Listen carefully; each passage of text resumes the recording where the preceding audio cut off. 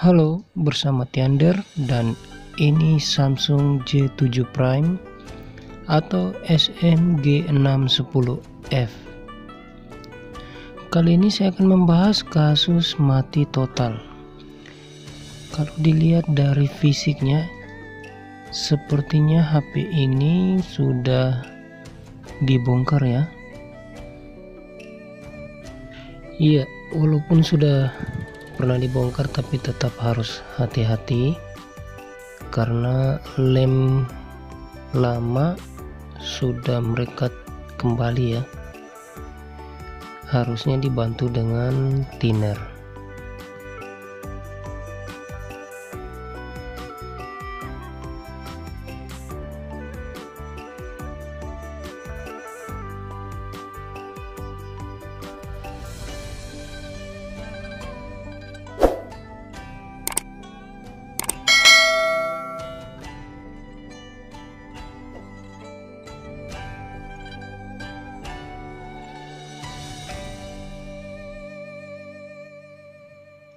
Iya, sudah hampir terlepas ya.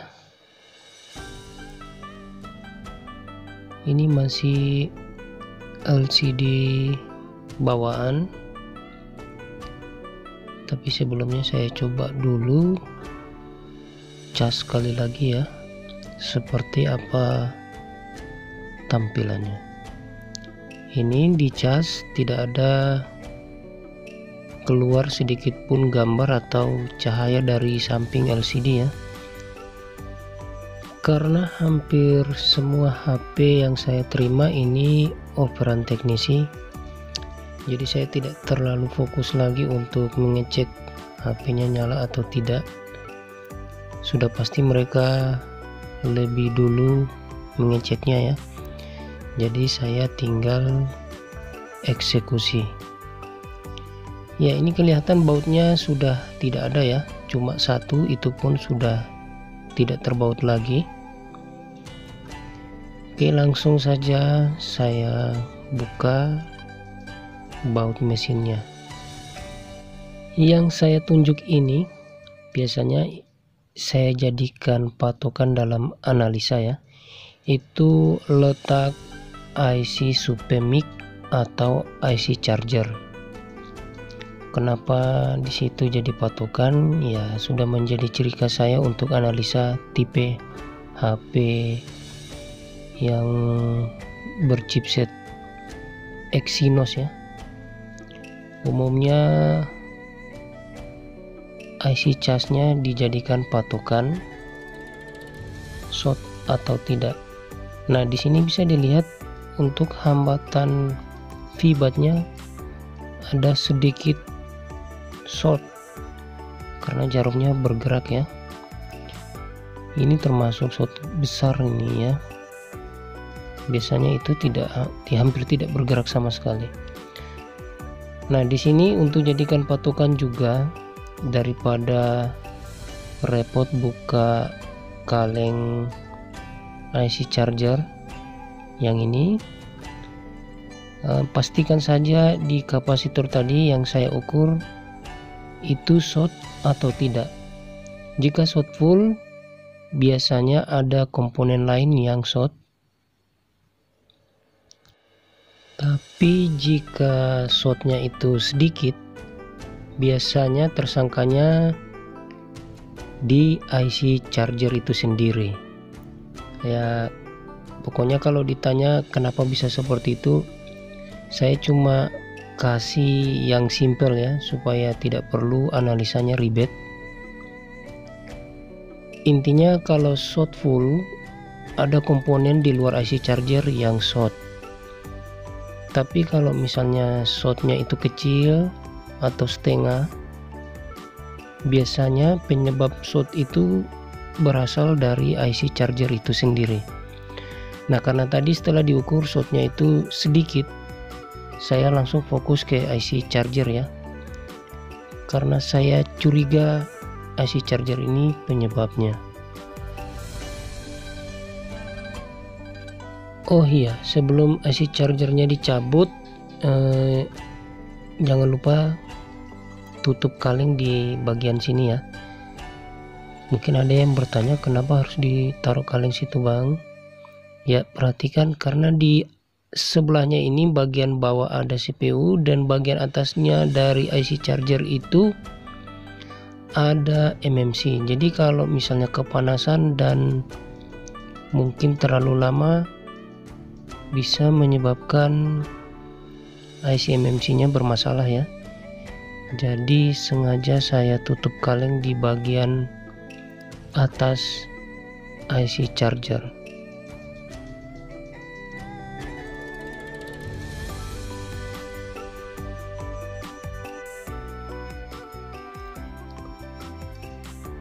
Oke, IC chargernya sudah dicabut, tinggal bersihkan kaki timah-timahnya ya. Tapi sebelumnya saya ukur dulu hambatan di koil di sebelah IC charger. Ini dia koilnya. Lihat, perhatikan, setelah IC charger dicabut ternyata shortnya langsung hilang ya, dan itu artinya memang tersangkanya berasal dari IC charger seperti dugaan saya. Di sini ada kanibalan mesin Samsung J2 Prime. Kode IC chargernya itu MU005X02. Nah sebenarnya Samsung J7 Prime itu IC chargernya berkode MU00X012, tapi boleh juga diganti dengan IC charger dari kanibalan Samsung J2 Prime. Cuma beda kode di belakang saja ya. Kalau J7 Prime menggunakan kode X12, kalau J2 Prime kodenya X02. Ya ini sudah saya cabut, tinggal saya cetak ulang lagi. Ya, untuk mempersingkat waktu saya percepat saja durasinya. Ini untuk proses cetak ulang IC charger ya.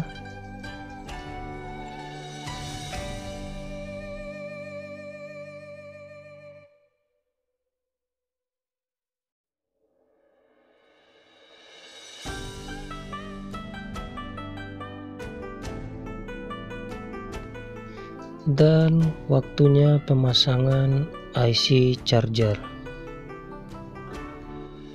Di sini saya mau sedikit bercerita soal mesin HP ini ya.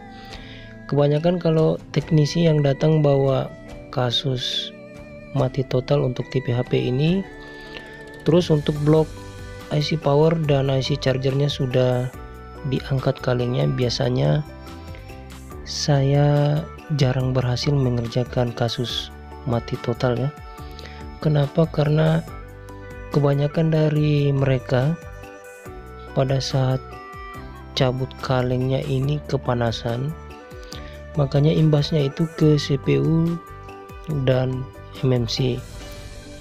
Makanya selalu saya pesan untuk jangan diganggu area ini, biar nanti saya yang cabut sendiri kalengnya ya.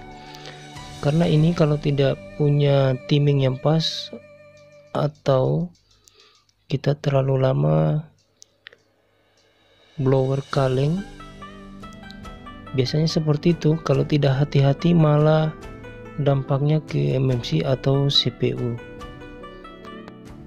Jadi sangat disayangkan ya, karena ketika shotnya sudah hilang ternyata HP-nya tidak nyala karena ampernya gantung. Ya itu dia kepanasan CPU atau MMC. Jadi sayang sekali, yang harusnya menghasilkan uang malah tidak jadi cair nota ya.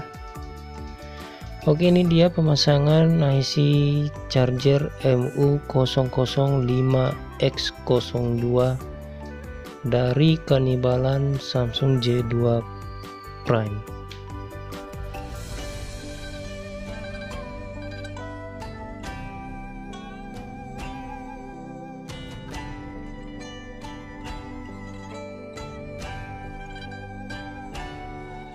Sekarang saya mau coba ukur kembali hambatan jalur di coil tadi ya, positif di ground dan negatif di coil ini. Lihat ya, hambatannya sudah tidak ada ya, jarum tidak bergerak. Kalau tadi kan bergerak sedikit, sekarang sudah tidak. Lihat. Oke, saya pikir ini aman dan tinggal dirakit ya. Berikut ada yang bertanya seperti ini, Bang, kok jarang analisa dengan power supply? Saya cuma mau bilang kalau dulu sudah terbiasa dengan teknik analisa di BlackBerry, pasti untuk kasus Android itu jauh lebih mudah ya. Karena konsumsi arusnya itu nyala atau tidak cukup dilihat dari colok charger. Ya, seperti ini tanpa baterai, arusnya itu biasa berdenyut 0,02 ampere, 0,04 ampere, 0,06. Dia seperti berirama kemudian turun lagi. Kalau hasilnya seperti itu, saya pastikan perangkat ini pasti bisa nyala. Saya coba rakit dulu, kita lihat hasilnya seperti apa.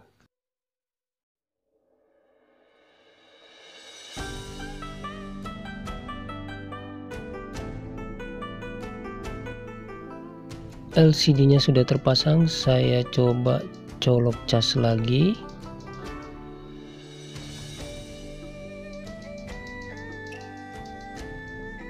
Iya, bisa dilihat ya, langsung muncul tampilan pengisian. Ya, sudah ada terisi 2%. Dan sekarang perhatikan di sini, arusnya sudah naik sekitar 0,40, 0,39, dan saya pastikan juga ini HP-nya sudah kembali normal. A few moments later.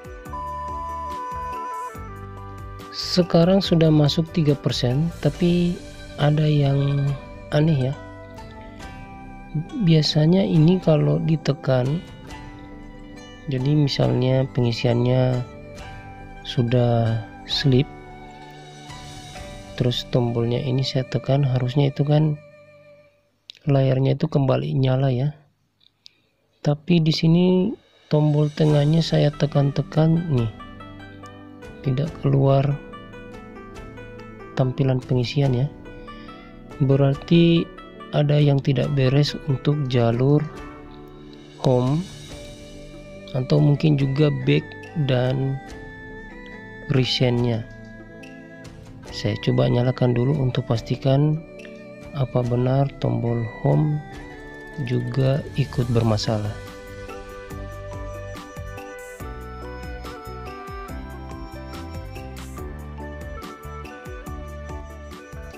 Dan ini sudah masuk ke menu atau layar utama ya, tapi sayangnya ada screen lock.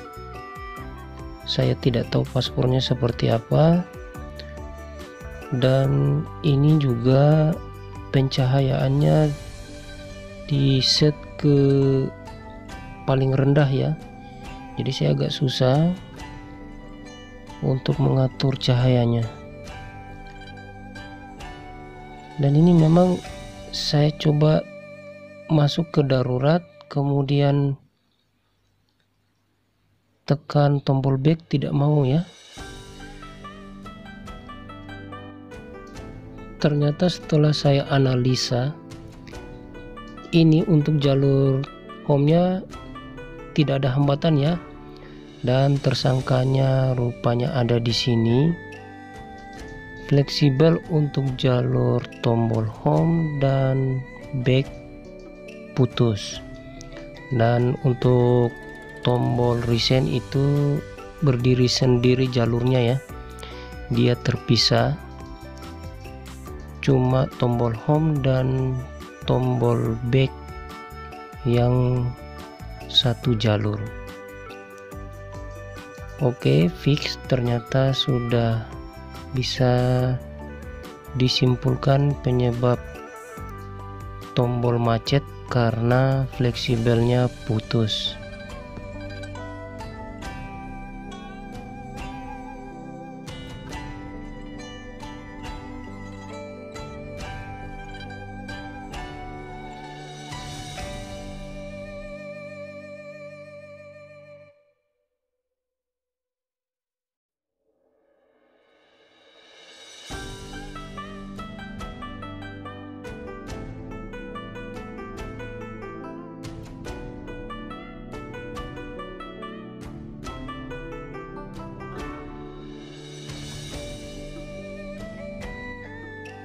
ini dia hasilnya. Saya pikir kasus kali ini sudah down. Masalahnya fix kerusakan di IC cas dan fleksibel home dan back yang putus. Oke teman-teman, saya Tiander pamit undur diri. Kita ketemu lagi di lain kesempatan.